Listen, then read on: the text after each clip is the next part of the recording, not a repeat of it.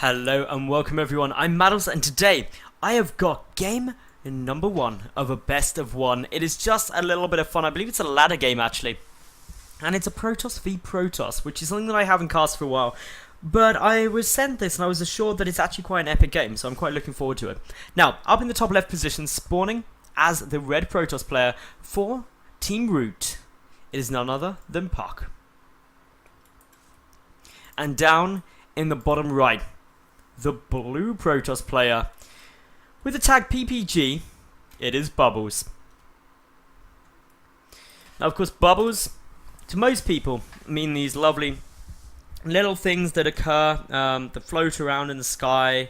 All quite nice. Bubbles are cool things. But being British and having seen a show called Little Britain, Bubbles brings up other things. Now, if you do want to be shocked and disturbed, if you don't know what that is, open a new tab now and Google, and seriously, this is NS, not suitable for work. Okay, go to images and search for Little Britain Bubbles and prepare to be shocked and disturbed. It's very scary. It's a comedy show. It's quite funny actually. You should definitely check it out if you like crude humor.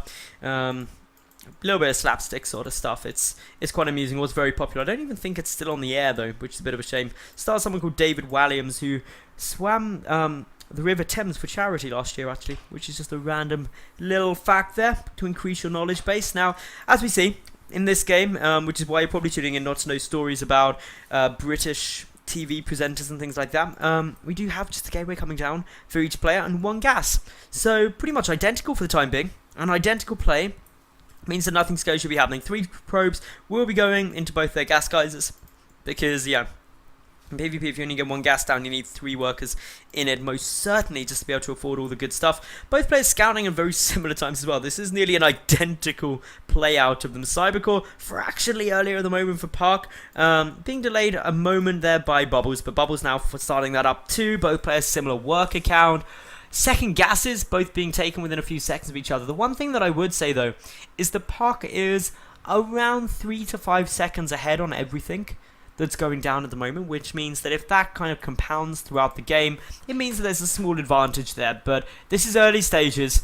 3 to 5 seconds does make a difference, but it's not catastrophic yet for Bubbles. Bubbles should be okay. Bubbles also just checking down some more pylons. The work count's still exactly equal. First Stalker getting started up here for puCK a little bit sooner because obviously the warp gate, the cybernetic core was down there sooner. The warp gate tech also went down about 5 seconds quicker. Interestingly, Bubbles delaying the first unit quite a lot and is going to be chucking down a Stargate. That is why the delay came there. And now this is where we get the first variation in build order, the first change. And oh, look at that, puCK with a nice little bit of probe dancing there is able to keep the watchtower up. Very exciting times. First Stalker is out. What's going to be next out of this gateway? The answer is going to be another Stalker. So just some more Stalkers on their way there. We've got the Mothership Core. Neither player expanding because, of course, this is PvP. And die who expands first dies first. Or so they say. That was back in Wings of Liberty. Nowadays, with Photon Overcharge and things like that, you can actually get away with being a little bit more risky with your expansions. But yeah, 2 additional gateways being added on here. 4 Bubbles plus the Stargate. This is now 3 gates plus Stargate. Very, very aggressive play. Meanwhile, we've got just 1 additional gate for puCK and that robotics facility. And this is not in response to anything in particular. I don't believe puCK's come in and scouted recently, so doesn't really know too much. Doesn't know whether the natural base is down or not, but then neither does Bubbles. But Bubbles doesn't care if there's a natural, because Bubbles is getting out an Oracle. Going to go and slaughter some probes, if at all possible, regardless of whether the natural or the main base. And that could do a lot of damage, but unfortunately Oracle is quite a big commitment because if it doesn't deal damage, there isn't really a mid-game follow-up for it. Phoenix, they can still be useful. They can lift the army up in the early trades, and lifting, say, like 2 or 3 Stalkers up in a mid-game engagement of around 100 supply mark actually is quite a big percentage difference in DPS output and also just army able to engage. So it does make quite a significant shortfall. But Oracles, they have to deal damage to the worker line, or that is it. Bubbles, behind this, getting down a second Oracle now, as well as the Twilight Councils. They're probably going to be going Blink. Could also be for DTs, for example. But the Oracle has now been spotted, and things couldn't have really gone worse. Photon Overcharge has been triggered. Units are there ready. We've got an additional gateway being added on here as well for puCK, and puCK definitely getting into a very, very nice spot here. Feeling so comfortable after seeing that Oracle and able to take 0 damage from it. They're just saying, you know what, YOLO, let's take my Nexus of the Natural. By the way, if you ever do something risky in game, you should always just type into the alt chat hashtag YOLO, because your opponent will, 1, think you're an incredibly douchey person, and 2, actually think that, hey, what are they doing? And you never know, that could always catch you off guard. That's the sort of annoying pro player I be. I just do things like that.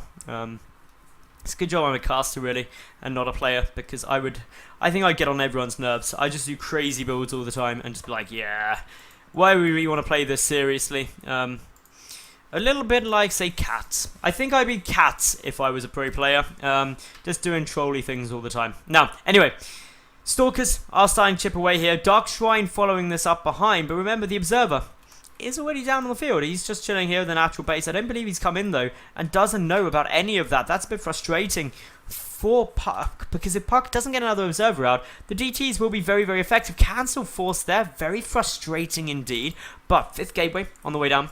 DT Shrine nearly finished. No more Observers coming out. Ooh, 3 force fields being used there. Does that leave any left? 1 it leaves left. But the Dark Templar are now wondering, is puCK going to see the puCK? Please tell me you're paying attention, puCK. He's probably not, because an Oracle came in, and so that's acting as a distraction. So these DTs can sneaky their way past. The Oracle does get taken out, but so many probes are going to go down here because there is no Observer. There is no Observer being made. It's now suddenly getting chrono boosted, but already the damage done is pretty catastrophic. 15 workers have been killed. Unfortunately, these DTs have no way of taking out the Observer before it's finished. Going to try and work down some of these pylons. Probably not going to be able to do so, though. Could just get out of position here and just try and kill a couple more workers. Would be quite a good move to make. Is going to do so, and now puCK is really starting to hurt. Like, this is pretty catastrophic right now for puCK. Trying to run away with a couple of those DTs. One still remains, but my goodness, that was effective. 20 workers down. The natural force to cancel. Bubbles is monumentally ahead at the moment. This is such a good spot. With the natural base up and the better worker lead too, puCK is going to have to do something pretty damn impressive, and without any kind of key units out, that could be a little bit hard to do. We do see that the robotic facility is now finished, and an Observer going to be coming out here just in case of a DT counterattack. But of course, the important thing to note is that what was scouted by Bubbles. Bubbles, what did you see? He saw that there was the Twilight Council, but so therefore probably worried there's the potential of DTs there. So getting the Observer, because really, that's all it would be. The Observer for puCK, unfortunately, is about to die as the Stalkers discovers its existence. But yeah, DT coming back up in towards the main. There is a phone overcharge getting triggered, but a couple of probes could have probably died, actually. I think Bubbles definitely could have got a single worker kill there, but now we do see the puCK is moving in, going for the kill. There's not too many units here for either player, but importantly, the Mothership Core for Bubbles was taken out. That means no Foden overcharge is going to be able to get utilized. Blink, not yet done. A couple of DTs getting added into the mix, but puCK, with the Observer there, able to deal with it very, very quickly. The Observer for Bubbles also getting taken out. puCK pushing in, getting some more warp pins. Gonna just go for as much damage as possible, and now Bubbles looking to be in a lot of problems, just not enough to defend against this sort of push. The Mothership Core back out, but instantly killed there as it spawns directly on top of these Stalkers. puCK getting a great amount of counter aggression in. These probes trying to hide out as best they can. The natural base has been cancelled here by puCK, but as it seems, it looks like puCK just may have an overwhelming number of forces. He's ahead 43 to 20 workers, 43 to 24 army supply. That is a huge, huge lead. The Nexus is still up, but is there going to be any way to make this work? The one thing Bubbles now has is Blink, but the natural base annihilated. Still, though, the worker count advantage there for Bubbles, who can get it back up. Got enough money to restart that Nexus near instantly, but can he use his Blink Stalkers effectively in order to engage the vastly superior numbers puCK has for the time being? Blink hasn't yet been revealed, trying to just wait until the very last moment to reveal it, and there we go. The first Stalkers blinking back up into the high ground, but puCK, with a monumentally larger number of units, plus this Observer to ground vision of the high ground, is pushing forward. There is an Immortal now in with the mix. That's going to massively help in order to try and take some of this out. So I think the Bubbles should be able to hold this off, at least short term. Braving trying to take that expansion again. The Mothership Core not being remade up in the main yet, but of course puCK just trying to spend most of the money. The cancel doesn't go down. That's massive that there was no cancel there. Suddenly puCK dealing an extra 400 mils worth of damage. The Immortal zoned out of this fight. The Blink Stalkers starting to tumble in number. This is not looking too good at the moment, but the Immortal is now going to get focused, and this is where things get really scary. It will fall, but another wave of Stalkers warping in here for Bubbles. Offensive forward Blink, trying to pick off as many of these Stalkers as possible. Going to try and kite the Zealots back as well. Another wave of warping should be coming down for both players shortly. The worker count nearly exactly equal. This is so intense. Bubbles playing at over 300 APM at the moment, just trying to fight off the onslaught the puck is trying to bring, but the natural base missing for both players is pretty damn funky. Bubbles just making as many units as possible at the moment, trying to engage this. Blink is still not even started though for puck, and what that means, in all honesty, is that the longer this fight goes on, if Bubbles is able to get a critical mass of units up, particularly Stalkers, he can use his Blink micro to be vastly superior in terms of how cost effective he will trade, but he's still lost so many more resources this game. 7,300 compared to 4,700 at the moment. Big differences there, but the engagements are still going on. puCK is heavily committed to this without a natural behind it, but the worker count still just so close. Additional Stalkers getting warped in on both sides, a couple of Zealots getting warped in on both sides. A Blink forward trying to and kill another Stalker, unable to do so, one getting very low, but I think puCK may now have been forced back. This proxy pylon is going to go down, and puCK retreating. There is another proxy pylon there, but it's not doing anything yet. The proxy pylon's still up and running here for Bubbles. Bubbles not opting to warp anything in because, of course, there is an observer still staying back at home, and it looks like Bubbles coming back for the counterattack once more.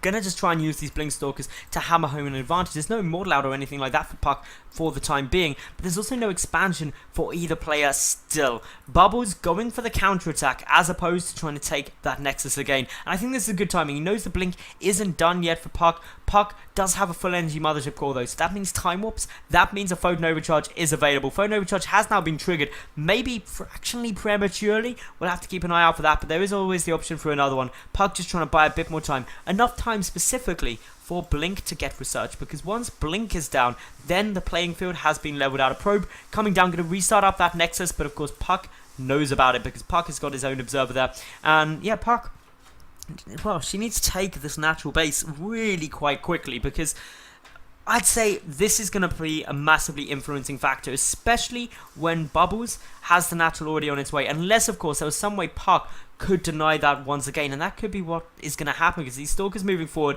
It could also be just getting in a defensive position in order to try and take the natural. Blink is a little way off, and I can't imagine the puCK will try and engage before Blink is done, but needs to get that Nexus down. There's a probe making its way forward. puCK needs to stop warp-ins for a couple of seconds. puCK just wondering how Bubbles can afford all of this, and the answer is the Bubbles had a vastly superior number of probes for a lot longer, and that was really after the aggression early on, so that was a pretty interesting position to be in. Bubbles, of course, just sitting there, fairly normal, and this is such a good point that Bubbles making, and I like the fact that he's explaining it. Yeah, that there was pretty much nothing made by Bubbles. That's how he managed to afford it all. It was an incredibly risky play, and it paid off for him. And yeah, as puCK saying, Bubbles would have died to any all-in, pretty much. There was basically no units there. So this is now where Bubbles is in quite a strong spot because the natural is up. Probes transferring, and there's still no natural base here for puCK. That's going to cause such a massive amount of problems. Blink is done for both sides, but Bubbles ahead by 2 army supply. Good force fields. The Stalkers can blink back away from it, but they're taking quite a bit of damage in the process. 1 sentry getting caught out of position there, but buying more time for more warpings to come through. There's also the Immortal here as well. That Immortal for Bubbles is allowing a lot of extra DPS to be done against these Blink Stalkers, which means the puCK really has to just be so careful. Nearly losing, maybe even did lose a Stalker there. Yes, he did. Things ridiculously balanced on a knife edge for the time being. Very close. We've got no natural base up though for puCK, which means the longer this game goes on, it gets better and better for Bubbles because just mining at such a higher rate. Well, as we see now, these Stalkers trying to engage on both sides. The Immortal is still up. Needs to be dealing that damage, though. Not just sitting in the back. It's trying to engage against as many of these Stalkers as possible. puCK sitting in what I like to call the Valley of Death there, where all of the engagements can go up. Bubbles does have the observers, but so does puCK. So they're trying to pick off each other's observers, trying to really prevent the high ground vision from getting achieved. And Bubbles needs to be careful not to overextend here, because puCK does have another big wave of Warpins coming down, but Warpins coming down here too as well now for Bubbles. This Blinkstalker engagement is coming down literally everywhere. The Immortal dealing a good amount of damage, not racking up many kills, but dealing the DPS required to try and make this trade go better. But puCK now pushing forward, using those Blinkstalkers so effectively. The Immortal taking a lot of fire, but not getting focused anymore. Both players simultaneously blinking back. The natural base is starting to really make a big difference though, because puCK is mined out from the main. Look at the effect this is having on the income.